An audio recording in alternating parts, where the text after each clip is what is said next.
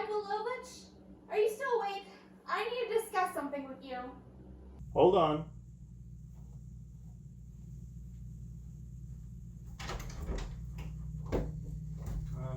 What can I do for you? Listen, you can drink all you want if that's what makes you happy. But please, don't get my uncle drunk. It's not good for him. Fine. We won't drink anymore. Look, I'm going home. It's already decided. By the time the horses are ready, it'll be light outside.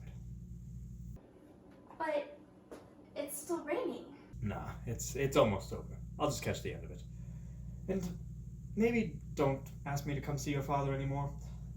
I keep telling him it's gout. He says it's rheumatism. Ask him to lie down. He sits up. Today he refused to talk to me at all. He's spoiled. I'm a little hungry. Do you want a snack? Well, feel free. Oh, I love a midnight snack. Oh, look. They're leftovers. You know, they say that my father was too successful with the women and that's what spoiled him.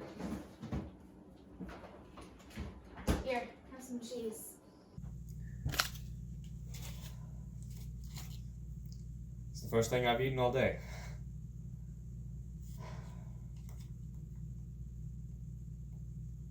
Your father, he's a difficult guy. May I?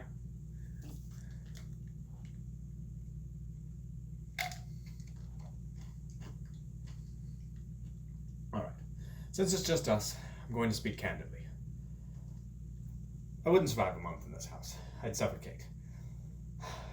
Got your father, his gout, his books. Got your Uncle Vanya and his depression. You got your grandmother, and that stepmother of yours. What about my stepmother? Everything about a person should be beautiful. Not just her face and her clothes, but her soul and her thoughts. Your stepmother, she's good looking, I won't argue that, but all she does is eat, sleep, take walks, and chant people with her looks. She has no responsibilities. Other people do the work for her. That's how it is, right? I don't know. I think a life of leisure is a life wasted.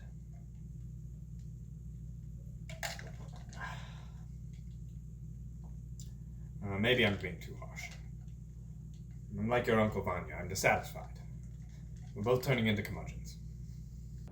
Are you really that dissatisfied with your life? Listen, in general, I love life. But life in this particular Russian Philistine county existence, I can't stand it anymore. I hate it. If we're talking about my personal life, I mean, God, there's not much to say about it. Nothing good, anyway. You know when you're walking through the forest at night and you see that light shining far off in the distance? No matter what else, your branches are scratching your face and constantly you're thinking, doesn't matter, because I'll get there. I have that light. And I'll get there eventually.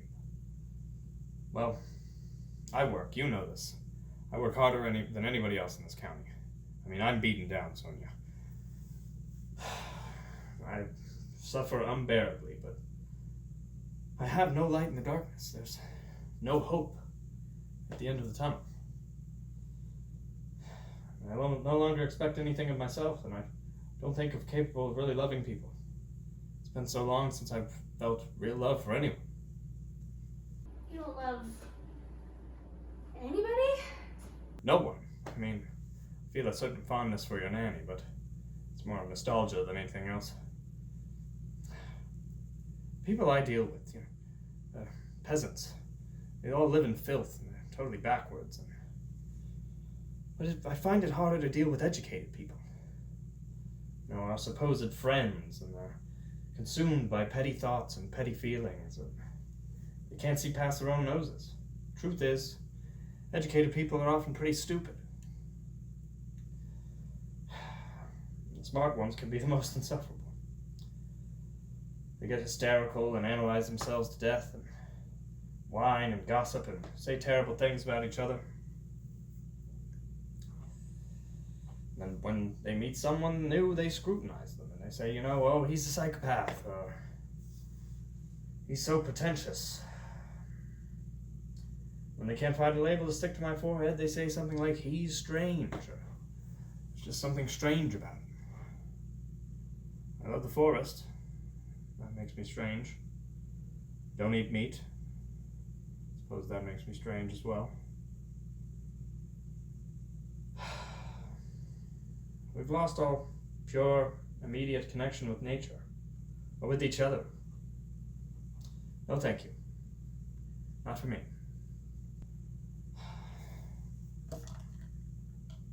What's that about? It doesn't suit you. You're so refined and you have such a gentle voice. You're unlike anybody that I know. You're wonderful. Who wants to be like all those other people who get drunk and play cards all day? Please stop drinking. You always say that instead of creating, mankind destroys. So why would you destroy yourself and you're beautiful? There's no reason to do it. Please, please, I'm begging you, stop drinking. Done. I won't drink anymore. Give me your word. You have my word. Thank you. Basta. I've sobered up. I'm already sober and I'll stay so for the rest of my days. Alright. To sum up, my time has passed. It's too late for me. I'm older now. I'm overworked. Gotten a little coarse. I feel numb all the time. I don't get attached to people. I don't love anybody, and that's it. I'll never love anybody until I die. What still gets me is beauty. I'm not indifferent to beauty. If Elena and Dreva asked me, she'd make my head spin. But still, that's not love. That's not true attachment. That's... Oh. What's wrong? It's nothing.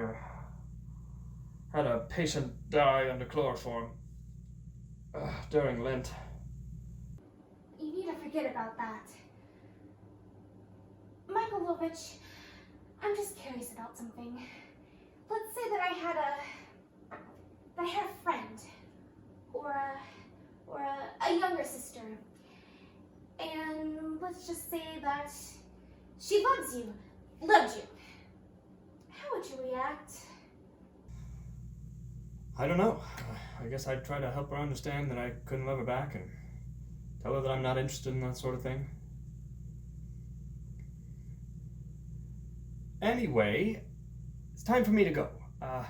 Let's say goodbye, sweetheart. Before we know, it'll be morning. I'll go through the living room so your uncle doesn't find me. Try to keep me here.